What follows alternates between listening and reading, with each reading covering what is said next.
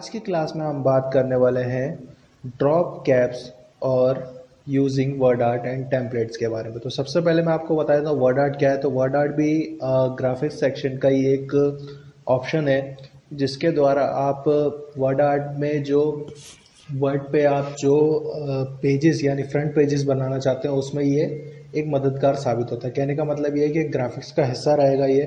जैसे मान लीजिए कि वर्ड का यूज़ हम करते हैं फ्रंट पेजेस वगैरह बनाने के लिए, तो उसमें आप वर्ड आर्ट का यूज़ कर सकते हो। तो वर्ड आर्ट का यूज़ मैं आपको करके बता देता हूँ और इसकी खासियत बता देता हूँ। तो सबसे पहले मैं आपको वर्ड आर्ट का यूज़ करना बता देता हूँ।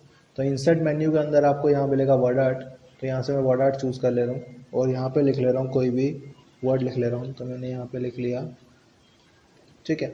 तो सिंपली यहाँ पर ये लिखने के बाद अब मैं इसमें क्या क्या चेंजेस कर सकता हूँ या फिर मैं इसकी जो भी खासियत है, देखिए जैसे खासियत इसकी ये है कि इसको मूव आसानी से किया जा सकता है, ठीक है। और ये डॉक्यूमेंट में कहीं पर भी मूव हो जाएगा आराम से, ठीक है। इसको कितना भी बड़ा कर सकते हो आप।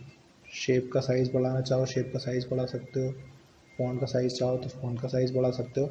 तो ये कुछ ऑप्शंस रहेंगे। जैसे ये फॉरवर्ड मेन्यू मैंने आपको बताया था, देखिए। तो इसकी कुछ खासियत मैं आपको बताया था। जैसे अभी शेप का कलर हो रहा है, या अगर फ़ॉन्ट पे कलर करना चाहो तो आप फ़ॉन्ट पे भी कलर कर सकते हो, ठीक है।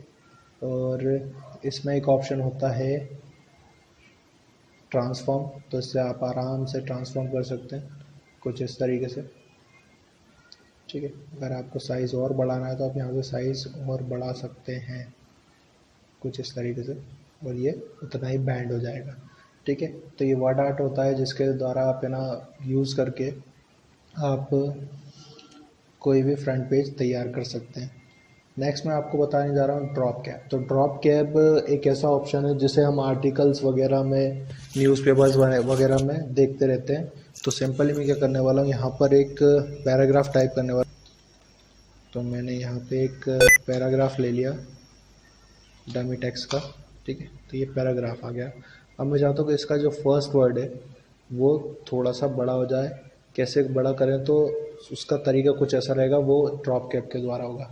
तो ड्रॉप कैप आपको मिल जाएगा यहाँ पर। तो देखिए यहाँ पे आपको ड्रॉप कैप मिल जाएगा। जैसे आप मैंने बताया था कि आर्टिकल या न्यूज़पेपर्स वगैरह में हम देखते हैं, तो यहाँ पे आप ड्रॉप कैप का यूज़ कर सकते हैं, ठीक है। सिंपल इसका एक दूसरा टाइप भी है यहाँ पर, और हम अपने हिसाब से इसे मॉडिफाई भी कर सकते हैं। आप मॉडिफाई कैसे करोगे, सिंपल कि आप ये बता सकते हो कि कितनी लाइनें आपको चाहिए, जितना बड़ा ये टेक्स्ट हो, ठीक है। आप जितनी लाइनें चूज़ करोगे उतना बड़ा ये टेक्स्ट हो जाएगा। तो ये ड्रॉप कैप रहेगा, ठीक है। अब बात कर लेते हैं टेम्पलेट। तो टेम्पलेट होते क्या है पहले वो समझ लीजिए। टेम्पलेट एक ऐसे बने बनाए डॉक्यूमेंट्स होते हैं जिनको मॉडिफाई करके काम किया जा सकता है। कहने का मतलब ये है कि ये हमारे कार्य को सरल बनाने के लिए यूज़ किए जाते हैं। तो टेम्पलेट्स के कुछ टाइप होते हैं, तो टेम्पलेट्स के टाइप बता देता हूँ। तो टेम्पलेट एक पूर्व निर्धारित डॉक्यूमेंट है जिसका उपयोग एक नया डॉक्यूमेंट जल्दी से बनाने के लिए कर सकते हैं। टेम्पलेट में अक्सर कस्टम फॉर्मेटिंग एवं डिज़ाइन शामिल होते हैं, इसलिए इससे एक नई परियोजना बनाने में समय की बहुत बचत होती है। कहने का मतलब ये है कि इसमें ऑलरेडी फॉर्मेटिंग की होती है, सारा पेज वगैरह तैयार होता है, सिर्फ आपको अपने हिसाब से कंटेंट फिल करना होता है। डिज़ाइन की तरह टेम्पलेट भी एमएस वर्ड में उपलब्ध एक सुविधा है। टेम्पलेट किसी डॉक्यूमेंट का एक पहले से बना हुआ प्रारूप है जिससे किसी भी डॉक्यूमेंट को फॉर्मेट एवं तैयार करने के लिए आवश्यक नियम दिए होते हैं। तो टेम्पलेट के मैं टाइप बता देता हूँ। टेम्पलेट के दो टाइप होते हैं, बिल्ट इन टेम्पलेट यानी कि जो ऑलरेडी बने हुए होते हैं। Built in templates way template होते हैं जो एमएस वर्ड 2013 में पहले से ही मौजूद रहते हैं। इसके आप सिलेक्ट करके इनका उपयोग करके कार्य कर सकते हैं, ठीक है। जिसमें for example report, fax, memo, resume, web page, ठीक है, डॉक्यूमेंट विदाउट कस्टम फॉर्मेटिंग। और दूसरा टाइप होता है कस्टम टेम्पलेट्स जो कि यूज़र द्वारा बनाए जाते हैं। वे टेम्पलेट्स होते हैं जिन्हें यूज़र द्वारा बनाया जाता है। यूज़र अपने हिसाब से टेम्पलेट बना सकता है और उन्हें एक DOTX फाइल के रूप में सेव कर सकता है, ठीक है।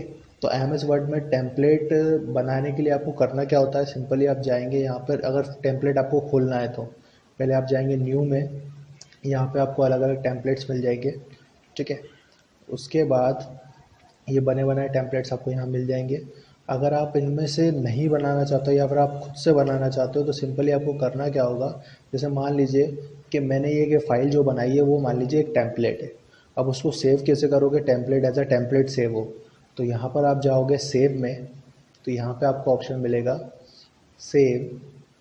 तो जब आप फाइल को सेव कर रहे हो तो इसको वर्ड डॉक्यूमेंट ना देते हुए आप यहाँ से इसको देंगे वर्ड टेम्पलेट।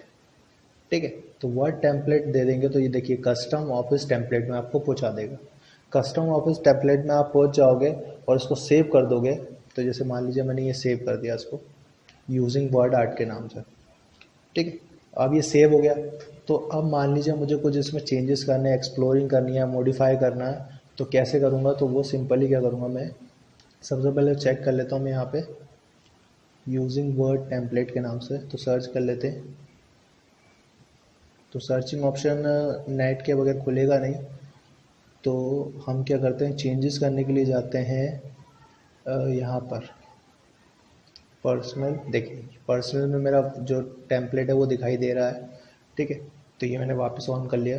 लेकिन अगर आपको इसमें चेंजेस करने जाना है तो चेंजेस करने के लिए आप कहाँ जाओगे, तो चेंजेस करने के लिए जाओगे यहाँ पर, इसमें चेंजेस करने के लिए आपको जाना पड़ेगा मॉडिफाई टेम्पलेट में आपको बता रहा हूँ।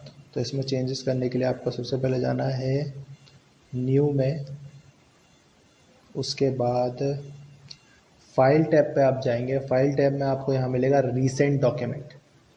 ठीक है, ओपन में रीसेंट डॉक्यूमेंट, रीसेंट डॉक्यूमेंट पे आप चूज़ कर लेंगे कंप्यूटर को। ठीक है, कंप्यूटर को चूज़ करेंगे। कंप्यूटर को चूज़ करने के बाद जाएंगे आप कस्टम ऑफिस टेम्पलेट में। तो यहाँ पे आपको कस्टम ऑफिस टेम्पलेट में अपना टॉप टेम्पलेट आपको दिखाई दे जाएगा और यहाँ से आप इसको मॉडिफाई कर सकते हैं। जैसे कि पहले ओपन कर लीजिए, उसको चेंज कर लीजिए, देन उसके बाद उसको मॉडिफाई करके चेंज कर लीजिए, सेव कर दीजिए, तो ये सेव हो जाएगा। ठीक है, तो ये मैंने आपको टेम्पलेट को टाइप बताए हैं, उसको मॉडिफाई करना बताया, अब थोड़ा सा यूज़ करना बताया था। तो मैं यहाँ पे एक नई फाइल ओपन कर लेता हूँ। तो यहाँ पर मैं ये लेता हूँ जैसे कि लेटर, एजेंसीज लेटर। ठीक है, तो यहाँ पे देखिए पिक का डेट, तो यहाँ पे डेट पिक कर लेता हूँ, कोई भी एक डेट पिक कर ले। ठीक है, उसके बाद यहाँ पे भी कंपनी का नाम, यहाँ पर मेरा एड्रेस, और यहाँ पे जिसको भेजना है ये कंपनी का नाम, और फिर यहाँ पे मैटर लिखा जाएगा।